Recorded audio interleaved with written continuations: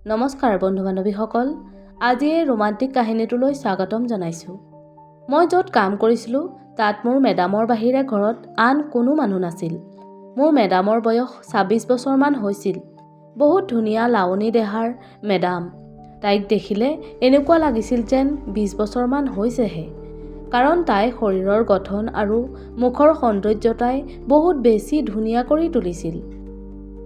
লাহে লাহে মেডামক মোৰ বহুত ভাল লগা হৈছিল। এদিন মই মেডামৰ ৰুমটো চাফ চিকুণ কৰি আছিলোঁ। তেনেতে মেডাম বাথৰুমৰ পৰা গা ধুই বেডৰুমলৈ সোমাই আহিছিল, এখন টাৱেল গাত মেৰিয়াই। মই যে ৰুমত আছোঁ মেডামে হয়তো জনা নাছিল, আৰু সেয়ে টাৱেলখন খুলি তাই ইয়াৰ আগতে আজিলৈকে মই কোনো ছোৱালীক এই ৰূপত দেখা নাছিলোঁ। মোৰো ডেকা শৰীৰত কামনাৰ জোৱাৰ উঠিছিল, আৰু মোৰ নাম অৰ্ণৱ। মোৰ বয়স বৰ্তমান ২৪ বছৰ।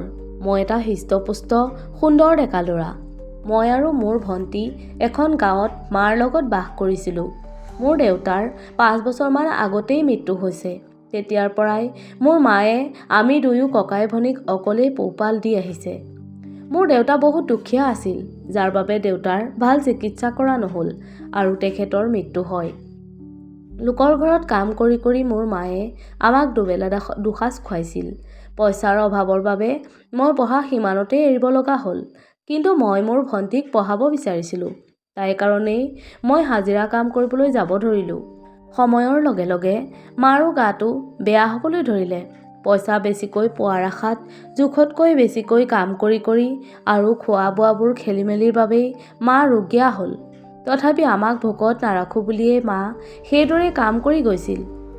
মই বাৰে বাৰে মাক কৈছিলোঁ যে তুমি ঘৰতেই থাকিবা, অলপ দিন আৰাম কৰিলেই তুমি ভাল পাবা।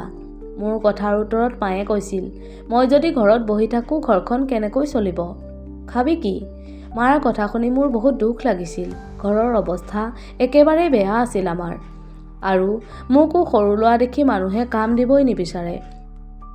সৰু সুৰা কাম কৰি ২ পইচা উলিওৱাৰ বাহিৰে মোৰ হাতত একো বিকল্প নাছিল। কেইবছৰমান এইদৰেই পাৰ হৈছিল। এদিন মই মাক ক'লোঁ, মই চহৰত গৈ কাম কৰিম। অলপ বুজিব পৰা বয়স হৈছিল তেতিয়া। চহৰত নিজকে খাপ খুৱাব পাৰিম বুলি মাৰ মনত হয়তো বিশ্বাস জন্মিছিল। সেয়ে মায়ে এবাৰতে যা বুলি সন্মতি প্ৰদান কৰিছিল। ২-৩ দিনমানৰ পাছত দৰকাৰী বস্তু কেইটামান পেকিং কৰি চহৰৰ দিশে ৰাওনা হ'লোঁ। চহৰ আহি পাই মই কাম বিচৰাত লাগি যাওঁ। কিন্তু মই বেছি পঢ়া শুনা নোহোৱাৰ বাবে ভাল কাম এটাও পোৱা নাছিলোঁ। এইদৰে কাম বিচাৰি কেইবাদিনো ঘূৰি ফুৰিছোঁ। এতিয়ালৈকে মই এটা কামো বিচাৰি পোৱা নাছিলোঁ। ঘৰৰ পৰা অনা পইচাখিনিও লাহে লাহে শেষ হ'ব ধৰিলে। মই একেবাৰে উদাস হৈ দোকান এখনৰ সন্মুখত বহি আছিলোঁ। তেনেতে মোক কোনোবাই মতা যেন অনুমান কৰিলোঁ। মই লাহেকৈ মূৰটো ঘূৰাই চালোঁ। এজনী বহুত ধুনীয়া ছোৱালী মোৰ ওচৰত থিয় হৈ ৰৈ আছে, একেথিৰে মোলৈকে চাই। মই সুধিলোঁ, মেডাম মোক মাতিছিল নেকি? তেখেতে মূৰটো জোকাৰিলে আৰু মোক সুধিলে, তোমাৰ নাম কি? আৰু লগতে ক'লে, আজি কেইবাদিনো দেখিছোঁ তোমাক এইখিনি ঠাইতেই ঘূৰি ফুৰা। তুমি কাম বিচাৰি ফুৰিছা নেকি? তাইৰ কথা শুনি মই ক'লোঁ, মোক কাম এটাৰ খুবেই প্ৰয়োজন। মই গাঁৱৰ পৰা কাম বিচাৰিয়েই ইমান দূৰ ইয়ালৈ আহিছোঁ, কিন্তু মই একো এটা কাম পোৱা নাই। ছোৱালীজনীয়ে মোৰ কথাবোৰ একান্ত মনে শুনি আছিল। অপেশ্বৰীৰ দৰে ইমান ধুনীয়া ছোৱালী মই আজিলৈকে ইমান কাষৰ পৰা পোৱা নাছিলোঁ। তাই ক'লে, যদি তুমি কাম কৰিব বিচাৰা মোৰ ঘৰতেই কৰিব পাৰিবা। মই ক'লোঁ, বহুত উপকাৰ হ'ব আপোনাৰ মেডাম, মই নিশ্চয় আপোনাৰ ঘৰত কাম কৰিম।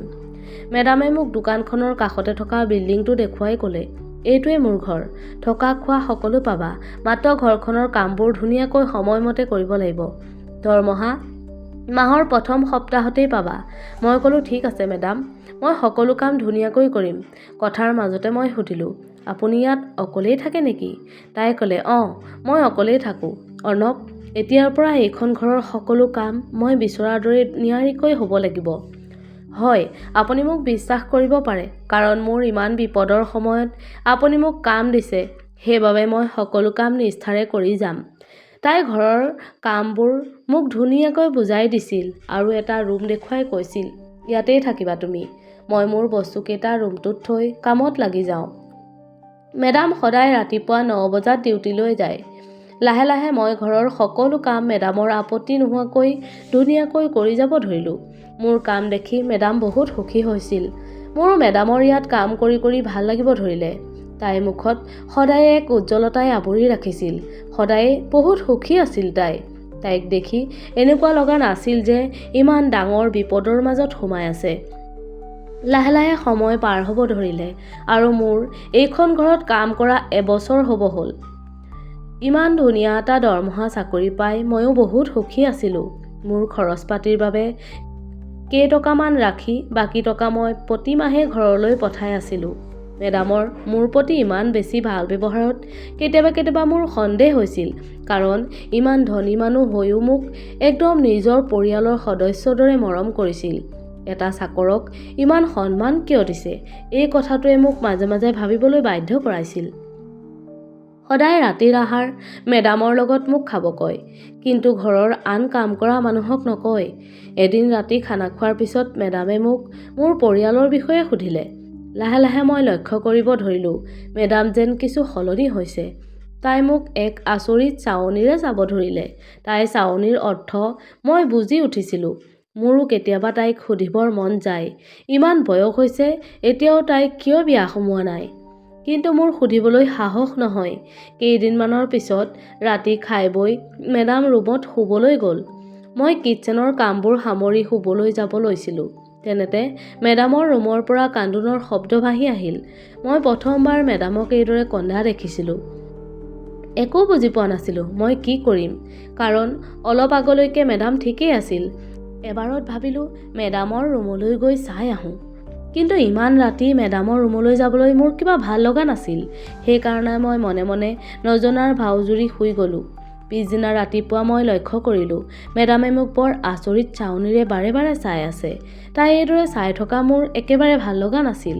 মই মোৰ কামত ব্যস্ত হৈ পৰোঁ। অলপ পাছত মেডাম গা ধুবৰ বাবে বাথৰুমলৈ যায়। ময়ো ঘৰ মচাত লাগি যাওঁ।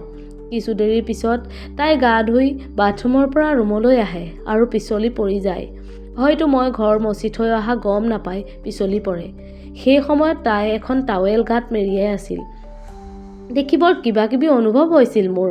তাইৰ বগা শৰীৰটোৱে মোক একেবাৰে পাগল কৰি পেলাইছিল। কিন্তু তাই যে মোৰ মালিক, এই কথা মনলৈ অহাত নিজকে কণ্ট্ৰল কৰি লওঁ আৰু মেডামক ধৰি উঠিবৰ বাবে সহায় কৰিব লওঁ। মেডামৰ হাতত ধৰাৰ লগে লগে মোক ক'লে, মোক ৰুমলৈ লৈ ব'লা। ময়ো নি ৰুমৰ বিচনাখনতেই শুৱাই দিওঁ আৰু লৰালৰিকৈ ৰুমটোৰ পৰা ওলাই আহোঁ।